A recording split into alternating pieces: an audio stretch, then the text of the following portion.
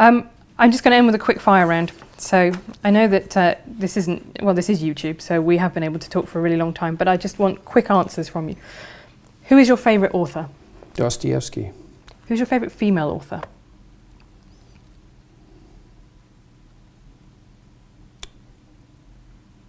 Margaret Lawrence, I think. I don't know her. She's a Canadian author.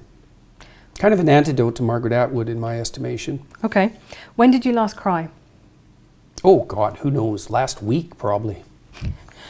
Who is your smartest opponent?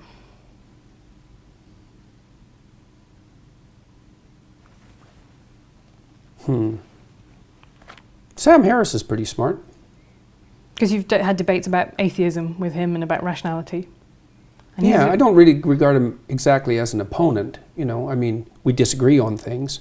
I don't really tend to think of people as opponents, generally. I mean, but Harris is smart. He's good at making his case, and so that's been interesting. What big question don't you know the answer to?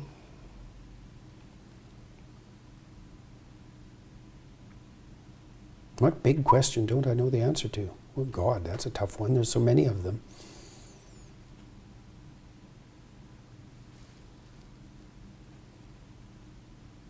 Well, personally, it's what I should do in 2 years. When did you last change your mind about something important? I'm changing my mind about things all the time. Every time I do a lecture, I change my mind about something. But something important, something big. Oh, well, I can tell you. I mean, one thing I've learned in the last 2 years is that I think I overestimated. There's an obesity epidemic in North America, perhaps throughout the Western world. I think I overestimated the degree to which that was a consequence of a sedentary lifestyle, and overestimated the degree to which a lack of discipline was contributing to it. I think much more now that it's an illness.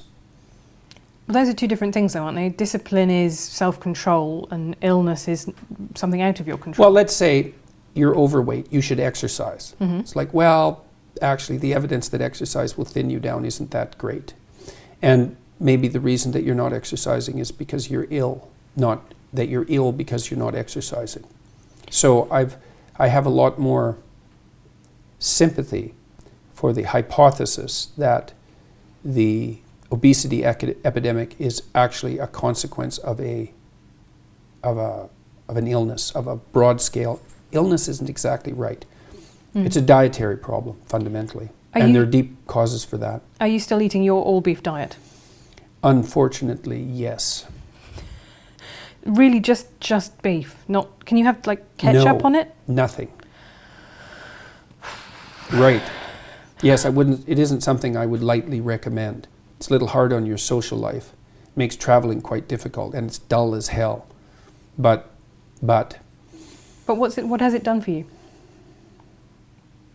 Well, I lost 50 pounds in 7 months. I stopped snoring. I had some autoimmune conditions that seem to have gone away. I'm not taking antidepressants. My mood isn't perfectly regulated, but I'm under a fair bit of stress, so that might have something to do with it. I sleep much less. I can work more. Imagine your arteries might not be in great shape.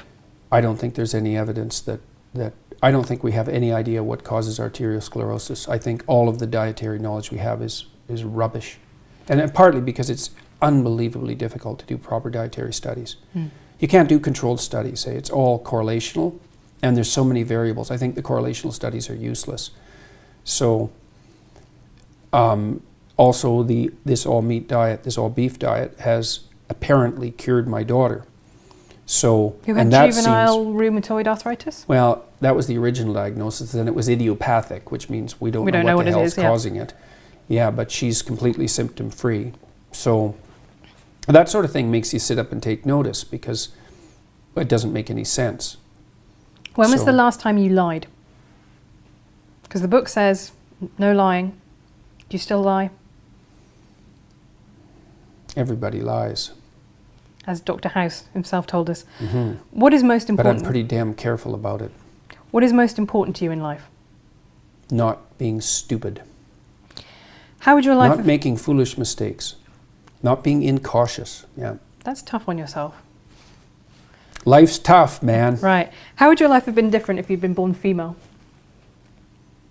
Multiple orgasms. It's not a bad one. What's your biggest regret? That I didn't take advantage of the opportunity to learn to play the organ when I was 7. If that's your biggest regret, that's going to be a great deathbed, because that's Yeah, well, that's a you minor know, I one. would have liked, it would have been better for me if I would have been a better musician. And finally, how would you like to be remembered?